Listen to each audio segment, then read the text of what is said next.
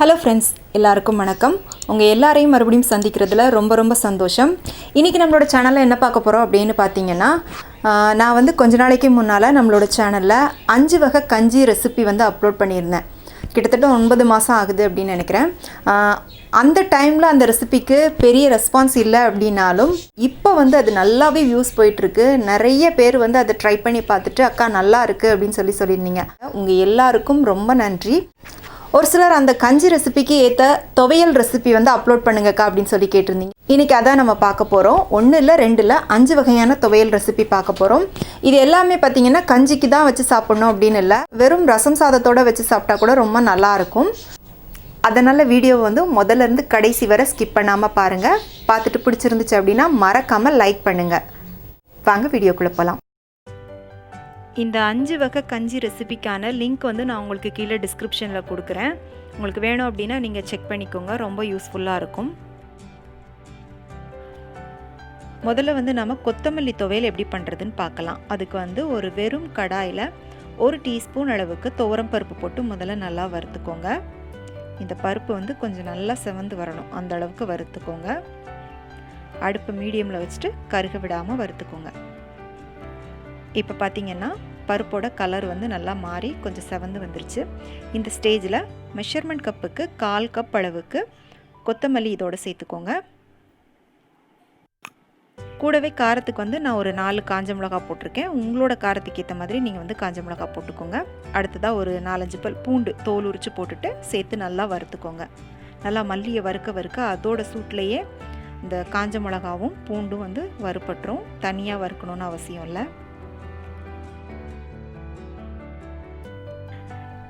நமக்கு ஃபீவராக இருக்கிற டைம்லாம் பார்த்திங்கன்னா நம்ம என்ன சாப்பிட்டாலும் வாய்க்கு நல்லாவே இருக்காது. அந்த மாதிரி டைமில் நம்ம கஞ்சி வச்சு சாப்பிடுவோம் பார்த்திங்களா, அதோட இந்த துவையலை சேர்த்து சாப்பிட்டோம் அப்படின்னா நல்லா காரசாரமாக இருக்கும். ஈஸியாக உங்களுக்கு டைஜஷனும் ஆகும். இப்போ பார்த்திங்கன்னா மல்லி நல்லா வறுபட்டுருச்சு. இப்போ இதை நல்லா ஆற விட்டுட்டு ஒரு மிக்ஸி ஜாருக்கு மாற்றிக்கலாம்.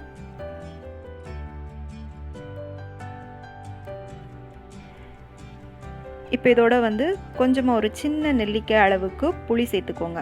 இந்த துவையலுக்கு கொஞ்சம் புளிப்பு காரம் எல்லாம் தூக்கலாக இருந்தால் தான் நல்லாயிருக்கும். அடுத்ததாக தேங்காய் சேர்த்துக்கலாம். தேங்காய் இதில் நான் ஒரு சின்ன துண்டு தேங்காய் கட் பண்ணி வச்சுருக்கேன், இதை போட்டுக்கலாம். கூடவே கொஞ்சமாக ஒரு கொத்தளவுக்கு கருவேப்பிலை சேர்த்துக்கோங்க. சேர்த்துட்டு இப்போ இதை முதல்ல தண்ணி சேர்க்காமல் கொஞ்சம் கொரப்பாக அரைச்சி எடுத்துக்கோங்க. பாருங்கள், இந்த மாதிரி அரைச்சி எடுத்துக்கோங்க. இப்போ இதுக்கு தேவையான அளவுக்கு உப்பு சேர்த்துட்டு இதோட கொஞ்சமாக மட்டும் தண்ணி சேர்த்துட்டு திரும்பவும் அரைச்சிக்கோங்க. இப்போ அரைச்சி எடுத்தாச்சு. இதை ரொம்ப மையாக அரைக்கக்கூடாது, கொஞ்சம் நரன்னு இருக்கிற மாதிரி அரைச்சி எடுத்துக்கோங்க.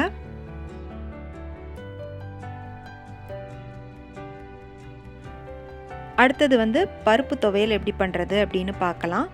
அதுக்கு ஒரு வெறும் கடாயில் மெஷர்மெண்ட் கப்புக்கு 1/4 கப் அளவுக்கு துவரம் பருப்பு போட்டுக்கோங்க.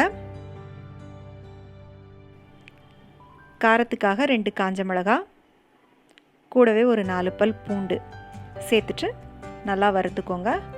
அடுப்பை லோ ஃப்ளேமில் வச்சு இந்த பருப்பு கொஞ்சம் நல்லா செவந்து வர்ற அளவுக்கு வறுத்துக்கோங்க. இந்த துவையல் பார்த்திங்கன்னா தயிர் சாதம், காரக்குழம்பு, வத்த குழம்பு, ஸ்பெஷலாக பழைய சாதம் இதோடலாம் சேர்த்து சாப்பிட்றதுக்கு ரொம்ப நல்லாயிருக்கும். இப்போ பாருங்கள், பருப்பு இந்த அளவுக்கு கொஞ்சம் நல்லா செவந்து வந்தால் போதும். இப்போ இதை நல்லா ஆற விட்டுட்டு ஒரு மிக்ஸி ஜாருக்கு மாற்றிக்கலாம். இப்போ இதோட புளிப்புக்காக ஒரு சின்ன துண்டு புளி சேர்த்துக்கோங்க. கூடவே ஒரு 1/4 கப் அளவுக்கு தேங்காய் போட்டுக்கோங்க. அடுத்ததாக கொஞ்சமாக கருவேப்பிலை சேர்த்துக்கோங்க. சேர்த்துட்டு தேவையான அளவுக்கு உப்பு போட்டுக்கோங்க. இப்போ இதை முதல்ல கொஞ்சம் கொரப்பாக அரைச்சி எடுத்துட்டு அதுக்கப்புறமா இதோட கொஞ்சமாக தண்ணி சேர்த்துக்கோங்க. தண்ணி கொஞ்சமாக சேர்த்துக்கோங்க, அப்போ தான் துவையல் மாதிரி இருக்கும், இல்லைன்னா சட்னி மாதிரி ஆகிடும். சேர்த்துட்டு அரைச்சிருங்க. அவ்வளோதான், நம்மளோட பருப்பு துவையல் சூப்பராக ரெடி ஆயிடுச்சு.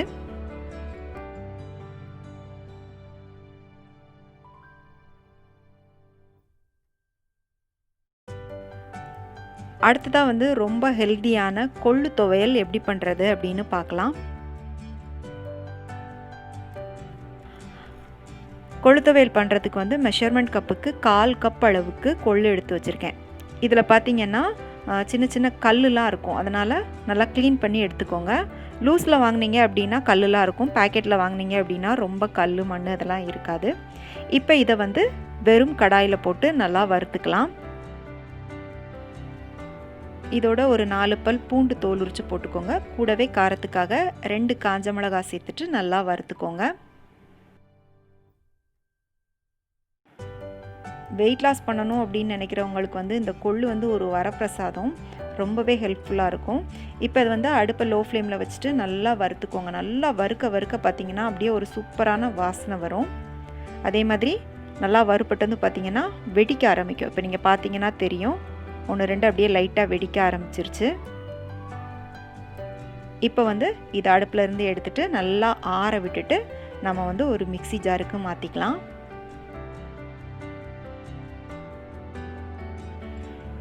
மிக்ஸி ஜாருக்கு மாற்றியாச்சு. இப்போ இது உள்ளே வந்து நம்ம சேர்த்த பூண்டையும் காஞ்ச மிளகாவையும் தனியாக எடுத்துருங்க.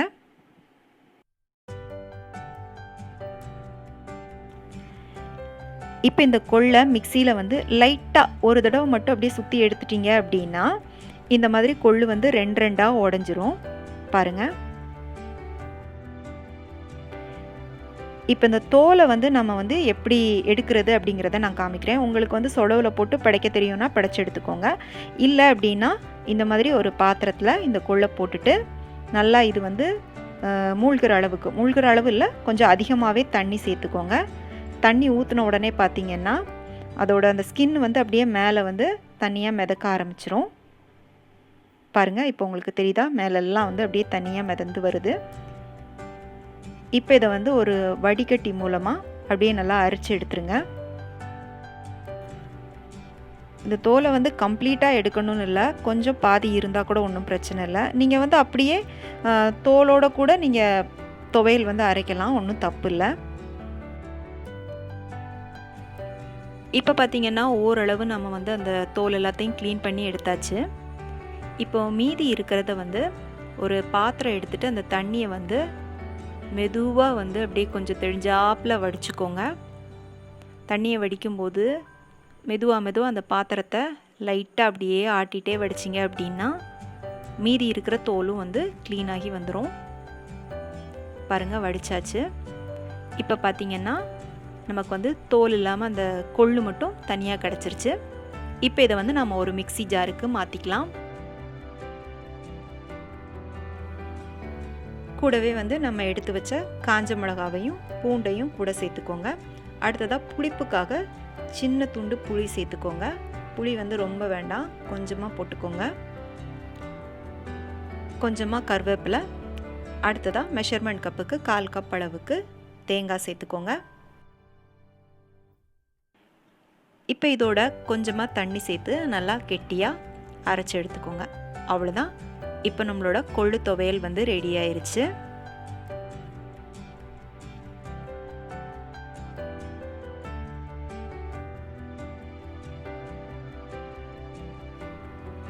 அடுத்ததாக வந்து நம்ம எள்ளு துவையல் எப்படி பண்ணுறது அப்படின்னு பார்க்கலாம். எள்ளு துவையல் பண்ணுறதுக்கு பார்த்திங்கன்னா மெஷர்மெண்ட் கப்புக்கு 1/4 கப் அளவுக்கு கருப்பு எள்ளு எடுத்திருக்கேன். எள்ளுலேயும் பார்த்திங்கன்னா சின்ன சின்ன கல் மண்ணெலாம் இருக்கும், அதனால் நல்லா க்ளீன் பண்ணி எடுத்துக்கோங்க. இப்போ இதை வந்து வெறும் கடாயில் போட்டுட்டு நம்ம வறுத்துக்கலாம்.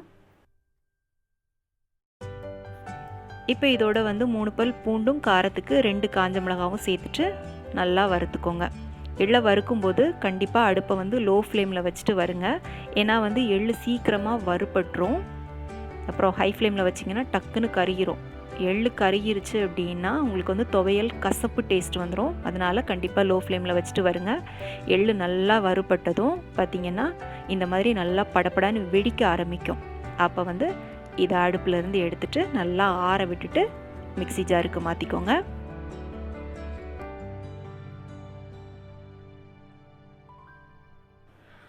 புளிப்புக்காக சின்ன துண்டு புளி சேர்த்துக்கோங்க.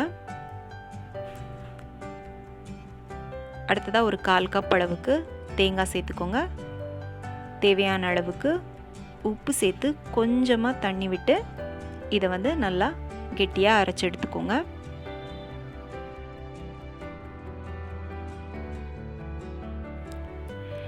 இப்போ நம்மளோட எள்ளு துவையல் வந்து சூப்பராக ரெடி ஆயிடுச்சு.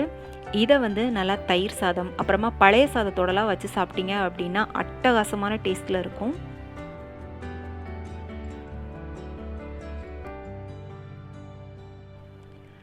கடைசியாக தேங்காய் துவையல் எப்படி பண்ணுறதுன்னு பார்க்கலாம். இது ரொம்ப ரொம்ப சிம்பிள். இதுக்கு வந்து அடுப்பே தேவையில்லை. மிக்ஸி ஜாரில் மெஷர்மெண்ட் கப்புக்கு 1/2 கப் அளவுக்கு தேங்காய் எடுத்துக்கோங்க. கூடவே காரத்துக்கு 1 பச்சை மிளகாய் நான் சேர்த்துருக்கேன். உங்களுக்கு எவ்வளோ காரம் வேணுமோ அதுக்கேற்ற மாதிரி நீங்கள் போட்டுக்கோங்க.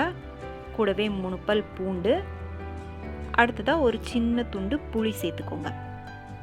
புளிப்பு வந்து இதுக்கு ரொம்ப வேண்டாம், ரொம்ப கம்மியாகவே சேர்த்துக்கோங்க. கடைசியாக கொஞ்சமாக கருவேப்பிலையும் தேவையான அளவுக்கு உப்பும் போட்டுக்கோங்க. போட்டுட்டு இதோட கொஞ்சமாக தண்ணி சேர்த்து நல்லா கெட்டியாக அரைச்சி எடுத்துக்கோங்க. அவ்வளோதான், நம்மளோட தேங்காய் துவையல் வந்து ரொம்ப ஈஸியாக சீக்கிரமாக ரெடி ஆயிடுச்சு. இதையும் வந்து ரொம்ப நீங்கள் வந்து மையாக அரைக்கக்கூடாது, கொஞ்சம் நரப்பாக இருக்கிற மாதிரி அரைச்சி எடுத்துக்கோங்க. என்ன ஃப்ரெண்ட்ஸ், இன்றைக்கி நம்ம பார்த்த இந்த 5 வகையான துவையல் ரெசிபியும் உங்கள் எல்லாருக்கும் ரொம்ப பிடிச்சிருக்கும் அப்படின்னு நம்புகிறேன். பிடிச்சிருந்துச்சு அப்படின்னா மறக்காமல் லைக் பண்ணிவிட்டு உடனே உங்கள் ஃப்ரெண்ட்ஸ் அண்ட் ஃபேமிலிக்கு ஷேர் பண்ணுங்கள். மீண்டும் வேறொரு ரெசிபியோடு சந்திக்கிறேன். நன்றி, வணக்கம்.